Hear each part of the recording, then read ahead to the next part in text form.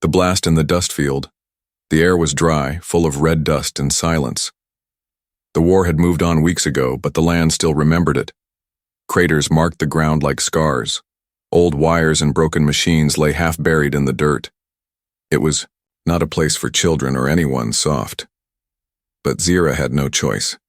She was young, barely 17 in Earth years, and her people, tall, silver-skinned, with glowing eyes, called this place the dust field. Zira had wandered too far from her group. She was searching for herbs for her little brother's sickness. She believed the humans had all gone. She was wrong. Zira stepped on something hidden under the soil.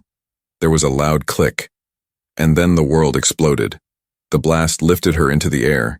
Heat and pain hit her like a hammer. Then darkness. She woke up seconds later screaming. Her leg was gone, not hurt, not bleeding, just gone.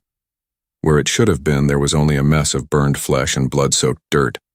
Her voice broke into a long wail that echoed across the empty field.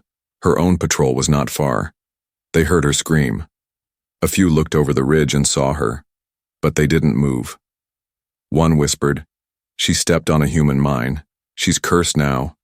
Another added, "Leave her. We cannot carry dead weight." Zira heard them. She sobbed harder, not from pain but from betrayal. Her own people would let her die here like an animal. As the sun burned down from the sky, she began to shake. Blood loss was stealing her strength. Her eyes rolled back. Her breathing slowed. Then, a shadow. Someone was walking toward her. She blinked. It wasn't an alien, not one of her kind. It was a human. He wore dusty gray armor with a red cross painted on the chest plate. A helmet covered his head, but she saw his eyes. Blue. Focused. Calm. The human knelt beside her. "No sudden moves," he said softly. Zira gasped. "Go away, I don't want to die by your hands." "I'm not here to kill you," he said, opening a small medical case. "You stepped on one of our mines, you're lucky to be alive." She tried to move away, but her body failed her. "Why, help me." The human didn't answer at first. He pulled out a field tourniquet and wrapped it tight around her thigh, just above the wound. Her scream was raw and loud, but he didn't flinch. "My name's Micah," he said finally. "Field medic, Earth Force." Zira spat weakly. "Enemy." Micah didn't argue. "Maybe, but you're bleeding out and I have the tools to stop it." She looked at him confused, shaking from pain and fear. "Your people kill us, burn our homes, why care now?" Micah gave her water. He didn't force it, just held it near until she accepted. "I've seen too much death," he said quietly. "I won't let another kid die, not if I can help it, even if you're alien." Zira's eyes filled with tears, not just from the pain but from something else, something that felt like hope. As he worked, she tried to stay awake, but the sky spun above her. The pain was fading, not because it stopped hurting but because she was slipping. Before darkness took her again, she whispered, "Don't let me die." And for the first time in her life, she trusted a human. The human who refused orders Micah. Voss wasn't supposed to be there. His orders were clear. "Do not assist the enemy. Move west with the unit. Avoid Dustfield Zone 17. But he'd gone anyway. When his scanner picked up a distress signal from the field, an alien biosign, weak and fading, he turned back without a word. Not because he trusted aliens, not because he wanted thanks. He did it because someone was dying. Now he sat beside her, Zira, the alien girl with silver skin and sharp glowing eyes, now dimmed by pain. Her blood had soaked the cracked earth. Her breathing was shallow. Her leg was gone below the knee, torn away by one of humanity's old mines, long forgotten by command. Micah's fingers moved fast. He worked like a machine. Bandage. Clean. Seal. Inject. Stabilize. Every second mattered. He pressed 2 fingers against her throat. Her pulse was faint, but still there. "Hang on," he said under his breath. "I didn't come this far to let you die now." Then came the voice in his Here, Medic Voss report. Your beacon shows you're off route. What is your position? Micah froze. His hand hovered over the comm button. Say nothing, and they'd track him, tell the truth, and they'd pull him out, and leave her behind. He pressed the button slowly. Field Medic Voss reporting. He said calmly, I found a survivor in the dust field, severe injury, I'm stabilizing her. A pause, then static. Is it human? The voice snapped back. Micah looked at Zira. Her face was pale, but she clutched the water pack he'd given her. Her hand trembled, but she hadn't let go. He took a deep breath. No, he said. She's not human. Then leave her. You know the rules. Extraction in 10. Do not waste medical resources on hostiles. The line went silent. Micah stared at the, come on, his jaw tightened. Rules. He'd followed rules before, watched people die because of them. Some of them were kids, some of them had his eyes, his smile.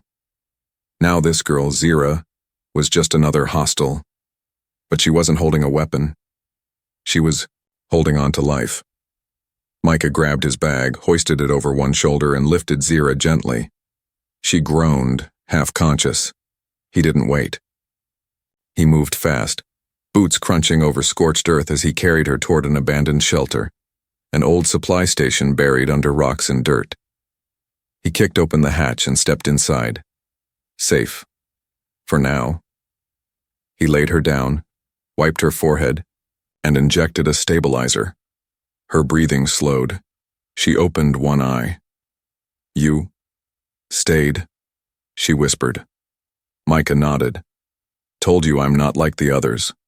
She tried to speak, but her throat was dry. You'd disobeyed. They'll punish you. I've been punished before, he said. But if I didn't help you, I wouldn't sleep at night. Zira blinked, confused.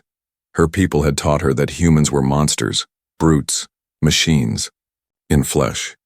She had seen soldiers burn forests, bomb cities, but this one, he was different. She wanted to ask why.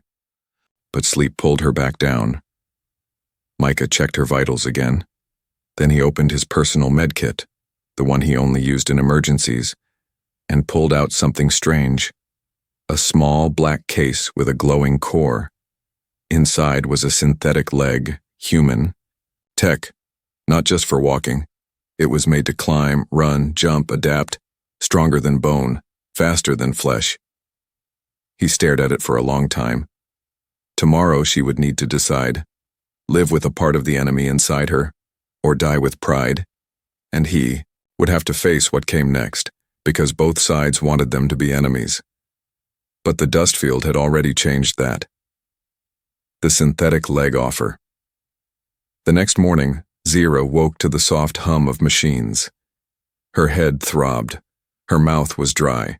She tried to sit up, but her body felt heavy, like stone. Her hand drifted to her leg, or where her leg used to be. It was still gone, only bandages now, wrapped tight, clean, carefully done. The pain was dull, but it was there. She looked around. The walls of the old shelter were cracked and dusty. A faint orange glow came through the broken ceiling. She smelled fuel, blood, and something strange. Warm food? Micah sat beside a small heater, heating a pouch of human rations. His back was straight. His eyes were focused, but he looked tired, like he hadn't slept. Zira tried to speak, but only a raspy whisper came out. Why did you stay? Micah didn't look at her right away. I've seen what war does, he said softly. I was tired of watching. People bleed while others walked away. He walked over and offered her a small bottle of water. She stared at it. Slowly, she took it. Drank. He set the food near her. Eat when you can. Then he brought out the black case. She froze. I know what that is, she said, voice shaking. That's a limb. From your kind. Micah opened the case slowly. Inside was a sleek silver leg, smooth like armor, glowing faint blue at the joint. It looked powerful, precise. Cold. This is a synthetic leg, Micah said. It's advanced tech, military grade. We use it for wounded soldiers. It connects to your nerves, it moves like your own. Zira turned her face away. I don't want human metal inside me. I get it, he said gently. But you won't survive without it. I'd rather crawl. Micah said nothing for a long time. Then he picked up the leg and sat down beside her. He didn't try to force her. He just began telling her a story. I treated a boy once, he said. 17. Same age as you. Stepped on a mine during a raid. His team ran. I stayed. We gave him a leg like this. He walked again in 2 months. Zira's voice cracked. Was he your people? Yes, but pain is the same, human or alien. And so is healing. She stared at the leg. Its light reflected in her eyes. It's not just metal, he continued. It has sensors. It'll adjust to your walk. You'll feel the ground again. You'll be able to run. Zira looked down at her bandaged thigh. I don't want to run anymore. You might want to one day, Micah said. And when you do, you'll be glad you chose to walk first. Silence filled the room. Zira closed her eyes. Her people would shame her for accepting alien parts. Her elders would say she was unclean.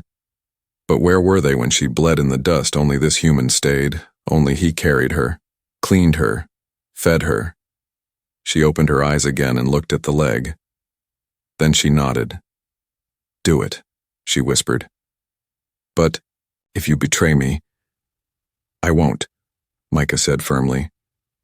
I'll kill you, she finished, voice shaking. Micah smiled a little. Fair enough.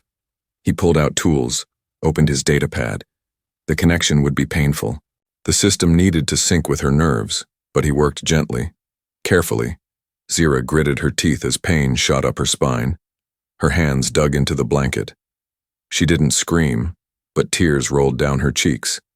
Micah didn't stop, didn't flinch. After an hour, the leg clicked into place. The blue light glowed stronger now. Zira looked down. The metal limb was now a part of her. Alien tech, on an alien girl. And it was the enemy who gave it to her. Surgery under fire rain never touched the dust field. But on this day, the wind howled like it wanted to. Inside the broken shelter, Zira lay flat on a cracked metal table as sparks danced around her.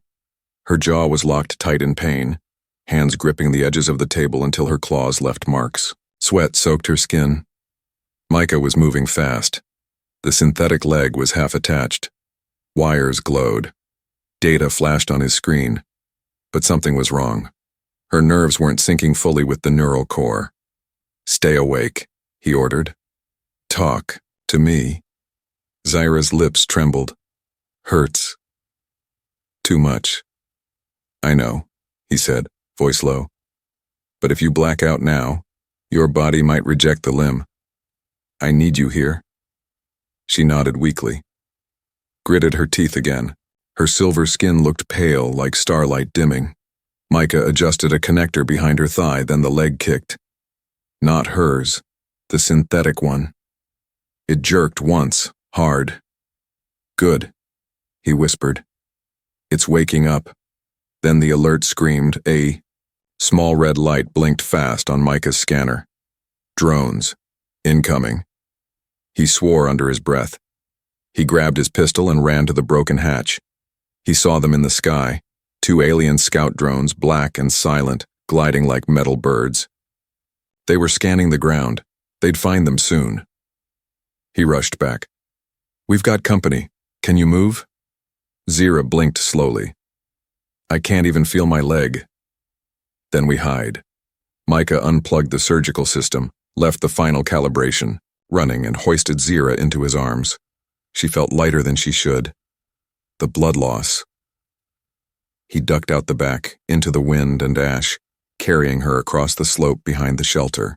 50 meters away, a wrecked ground hauler lay half buried in rubble. He kicked open a bent hatch and slid inside. The air smelled of rust and rot. Micah laid Zira down on an old seat, crouching low. Outside, The drone engines whined. They passed, once, twice, then silence. Micah didn't breathe. Zyra looked at him. "Why are they hunting us?" "They don't know it's us," he said. "They're scanning for unauthorized signals. We're off-grid, but we don't have long." HFY glanced at her new leg. It twitched once, just a little. Micah's eyes softened. "It's working. I don't feel like it's mine," she whispered. "It will. You're healing. Do you think I'll ever walk again?" He leaned back, thinking. "No." Zyra blinked, shocked. "Not walk," he said with a faint smile. "Run." She stared at him. For a moment the fear faded, then the drone buzz returned. Closer now. Micah stood. "I have to draw them away." "No," she whispered. "They'll kill you. If they find this shelter, they'll kill you," he said. "Stay low. Don't power anything if I don't return in an hour." Zyra grabbed his wrist. "Don't make me trust you, then leave." He looked at her hand, clawed, shaking, but strong. "I'll be back," he promised. "You're not the only one who needs a second chance." And with that, he slipped out into the storm. Zyra sat alone in the broken hauler, the faint blue glow from her new leg casting soft light across the floor. Her enemies were hunting him. Her own people had left her, and the only person who stayed was the one she'd been taught to fear. The first step, the wind had died. For the first time in days, the dust field was quiet. No drones, no commands, no footsteps, just silence. Zyra sat alone inside the broken hauler, staring at the silver limb, attached to her body. It didn't feel real, it didn't feel like hers, it was too smooth, too strong, too human. And yet, it moved. Not much, but it moved. A soft buzz came from the connectors in her thigh. The nerves were linking. The leg twitched again, then stilled. She closed her eyes and remembered Micah's last words. "You're not the only one who needs a second chance." He'd been gone for hours now. She had started to think he wouldn't come back. Then she heard a knock, light, a signal. 3 short taps. She reached for the knife he left her. But as the hatch creaked open, it wasn't a soldier or a drone, it was him. Micah stepped inside, his suit scratched and dusty, a small burn across his shoulder. He was breathing hard but alive. "You made it," she said, surprised by her own relief. "Told you I would," he said with a tired smile. "Had to lead the drones away with a false heat signal. They bought it." He sat beside her, pulled out a pouch and offered her food. She took it this time without hesitation. "You saved me," she whispered. "Again?" "Just repaying the future," he said. "When you're walking around reminding me that metal legs are faster than real ones." Zyra laughed softly. The sound surprised even her. Micah looked at her leg. "Ready to try standing?" She froze. "Now?" He nodded. "Even one step is better than none." She took a breath. "What if I fall? Then I'll catch you." He reached out a hand. She stared at it for a long moment. Then slowly, shakily, she took it. Micah braced her carefully. He didn't pull. He just supported. Zyra gritted her teeth and pushed down with her hands, lifting herself up. Her good leg trembled. The synthetic one jerked, buzzed, then locked into place. She almost fell, but she didn't. Micah steadied her. "That's it. You're standing."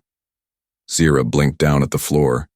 She was higher than before, upright, balanced. It didn't feel perfect, but it felt possible. She took one slow, shaky step, then another. Her breath caught in her throat. "I'm walking." "You are," Micah said, "and you'll run soon." She smiled, not because she believed him fully, but because, for the first time since the mine, she believed something. They walked together, slowly back to the shelter. The dust field no longer felt like a graveyard. Now it felt like the beginning of something. Betrayed by both sides. The message came at sunrise. Micah was helping Zira stretch her new leg when the alert lit up his wrist screen. Detected unauthorized medical activity. Dustfield Sector 17. Possible violation of Interspecies War Protocol 48. And then one chilling line. Squads en route. He shut off the screen quickly, but Zira saw his face change. "What's wrong?" she asked, already stepping back. "They found us," he said. "Both sides." Zira's stomach turned.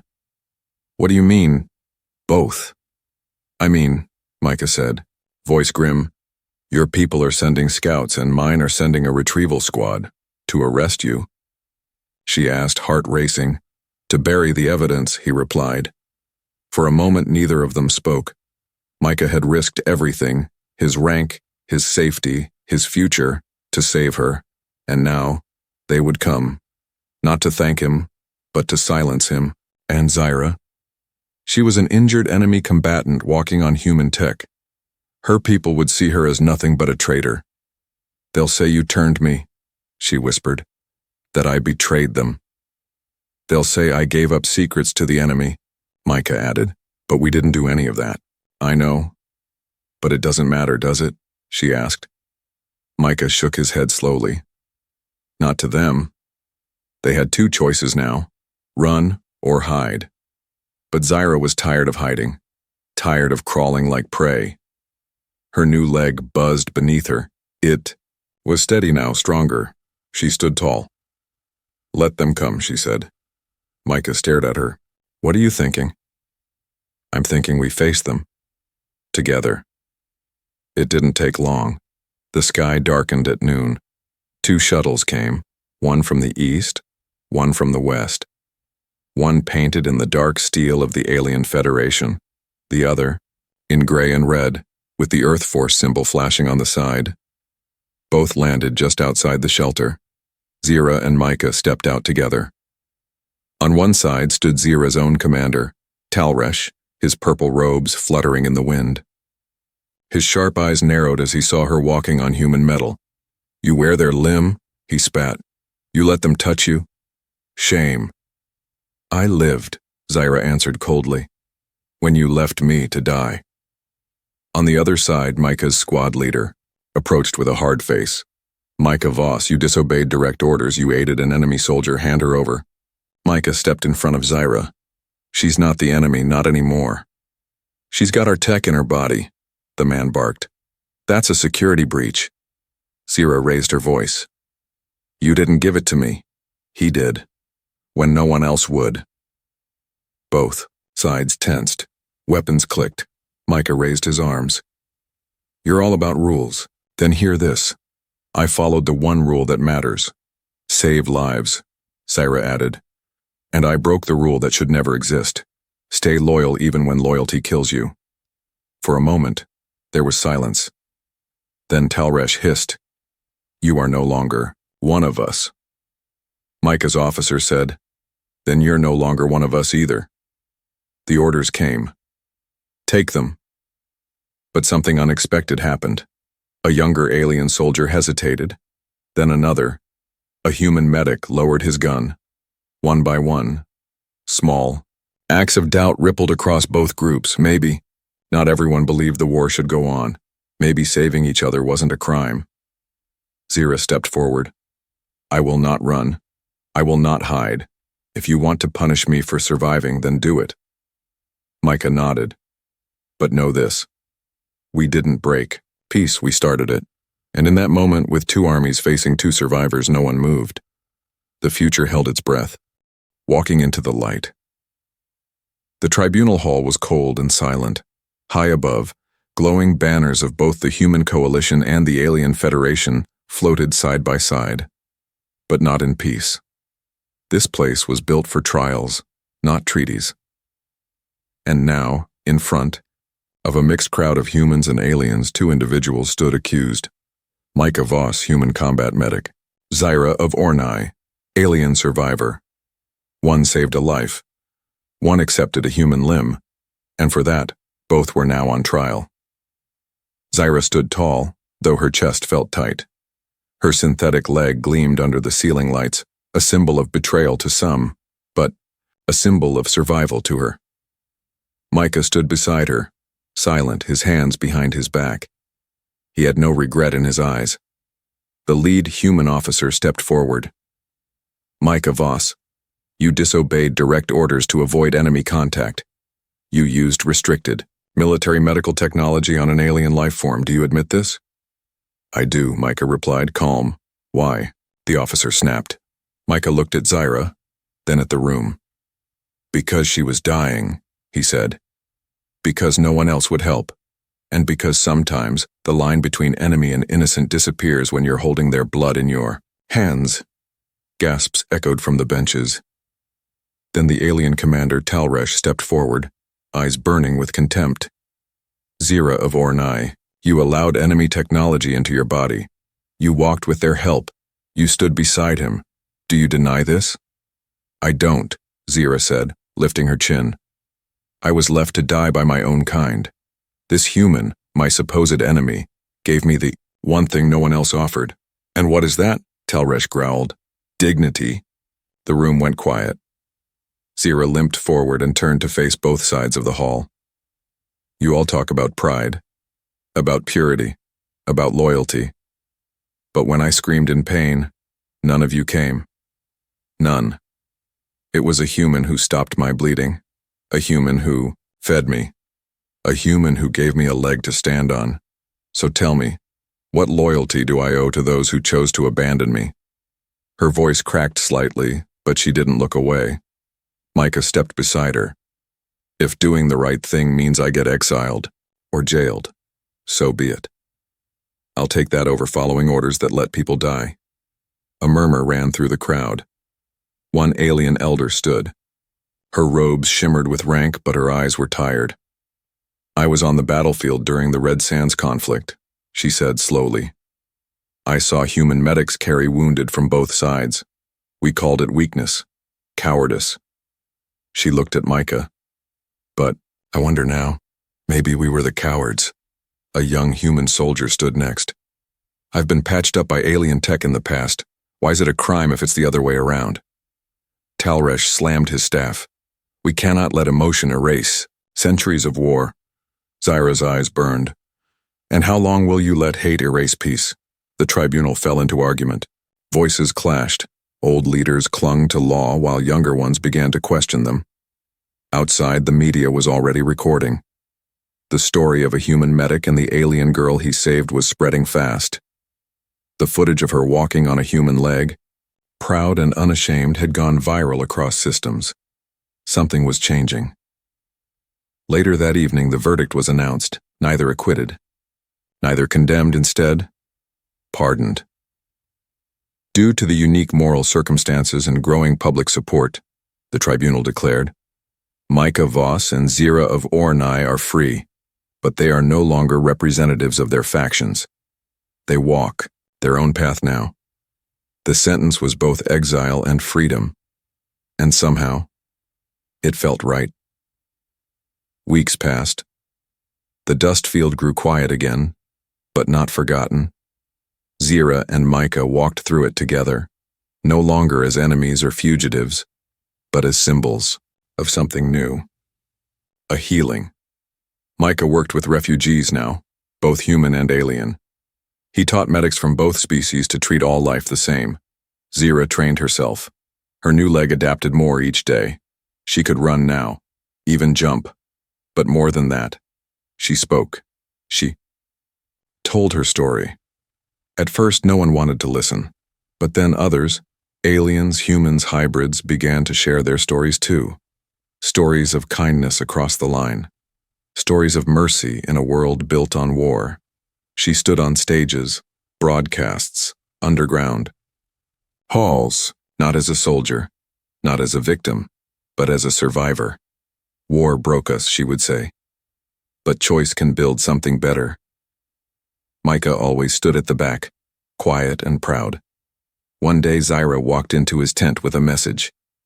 They want us to speak at the new peace assembly, she said. Us? He asked, raising a brow. They called us a bridge, she replied. Micah chuckled. Funny, a human and an alien girl with a robot leg. Zira smiled. And yet here we are. She offered her hand. He took it, and together, they walked into the light, not as enemies, not as heroes, just as two lives that proved